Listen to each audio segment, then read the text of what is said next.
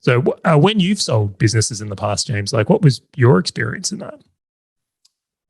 Yeah, I was just thinking to myself, some people who try and buy used surfboards are more difficult than people who try to buy my businesses. So one of the businesses I sold was very smooth sailing. It was the perfect business for the person buying it. They trusted me. I worked with them for a long time. The terms were easy to agree.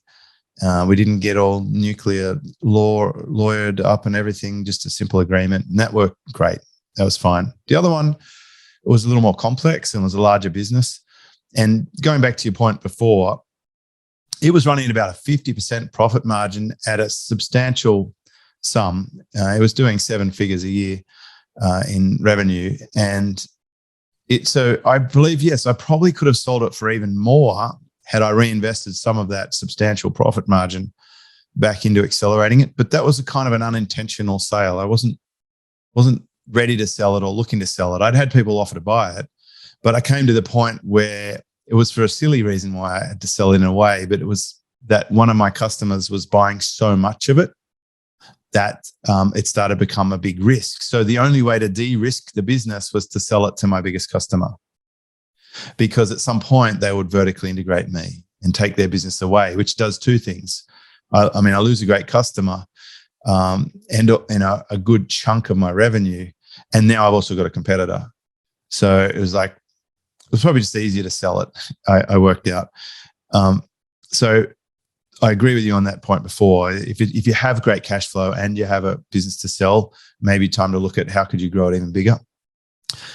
I found there was definitely some legal argy-bargy because there's big decisions to make. Who's doing the legal agreements? Often lawyers can get tangled up, especially if you're international and you're working off different laws.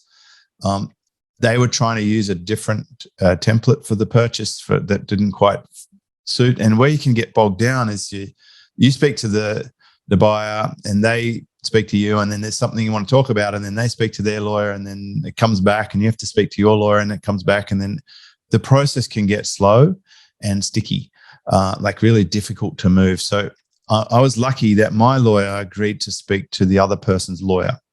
And it's like, thank God. If you can get a lawyer who can do that, it saves you a lot of time and money. And they sorted it all out. So that got done. And as I also agree with you, with almost all businesses, you're not going to get paid all your money straight up front, because they're going to want to try and mitigate some risk. Generally, it's as simple as this. The buyer usually wants you to take all the risk, and the seller usually wants the buyer to take all the risk, but you end up somewhere in the middle, and you'll end up with probably some money up front and then some kind of either performance criteria or payment plan, depending on how much competition there is out in the marketplace. And that's that. So it was awesome. One of the first things I remember when I sold the business was, I want to do this again. It was so good to get paid a stored value for an idea that you had. That at some point it was just an idea, and then I put a domain up there, and then I started marketing it, and I grew it into a 7-figure empire. And they get paid for that was fantastic. And that's why I build a business now that I will sell. I've always told my team, I've told anyone that will listen, this business is going to be sold one day. That is the pure intent of this thing, which is why I must be not the face of it. It has to work without me. I've learnt my lesson. But I can work, that means I can pour myself into the personal business without the expectation. I'm going to get paid in different ways. Yeah, I mean, we have certainly highlighted some of the downsides of building a business to sell, and even the selling process can be quite difficult. Well, the upside is all that money up front. Years worth of profit in a single event is phenomenal. Did you feel like buying and selling in this equation here is like it was a different skill set? Did you feel like there was all, because that was my thing. I felt like when I went into this process, like I'd spent all these years learning how to like run this business and do it well, and then there was all these new things I had to learn to go through the buying and selling process. This is my approach, right? It's hard for me to answer that one because I'm totally not normal. For a start, I've spent more years buying and selling than most people listening to this podcast. Okay. Because I started out when I was about 17 or 18, buying and selling timber with my grandfather as a broker. The thing about most people who come into business who are good at selling is they haven't learned how to be good at buying. But I actually I learned how to buy. And in the car industry, you're not selling a car unless you're buying the current car off somebody generally. If they're trading in, you have to be a good buyer as well as a good seller. And so that's a key experience that I had. So I guess I came to the online world with a lot of experience around buying and selling, but not just the technical process, not just the subtle nuances and experience around it, but the emotional and mental preparation involved.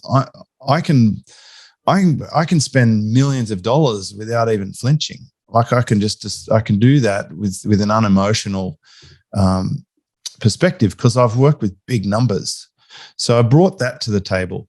I also, in the lead up to selling my business, I had started interviewing people on my podcast about buying and selling businesses. So I basically created my own masterclass by inviting some of the best people in the world. I spoke to business brokers, M&A experts over the years, from John Murillo through to FE International. I had all these experts come onto my show, and I just grilled them and asked them everything there is to know about buying and selling. Michelle Seiler Tucker. And then I read all their books. I read several books. This is my process. When I want to do something, I buy 3 or 4 books on Amazon and read them all in a weekend. That's it. So I've read Built to Sell, and I've read Exit Rich, and I've read several other books that are on Amazon there. I've taken courses on it. Once you've ingested all, then you've covered most of the ground. So I knew the basics, like basically you're going to have to show the potential to the buyer. You're going to have to prepare a book of sale. You have to only really show the offer to someone who's qualified. You'll want to maximize the value in it by pointing out where all the opportunities are that they can develop.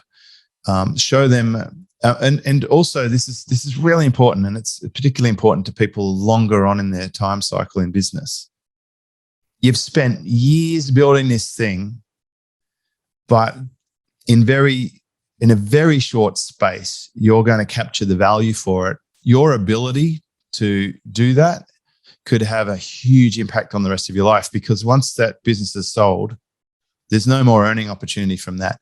So the difference between 50,000 or 100,000 or 500,000 or $1 million could be significant in the compound effect of how you're going to invest that money down the track. So I think some people give away too much. It's not like selling a surfboard, right? If I sell a surfboard for $800 and someone wants to buy it for $700 and I lose $100, I can quickly recoup $100 later on. So it's not such a critical decision. But if you're selling a business for $1 million and someone's nibbling you down to 500,000, that's a huge amount to restore. That could take months or years for someone to recoup the difference. So I think when you're buying big assets, it's really important to sharpen up on that. And I don't think it's a coincidence that the top selling course, the top viewed course, I think because it's all a bundle now on that masterclass, was the Chris Voss negotiation series, which is really excellent, by the way.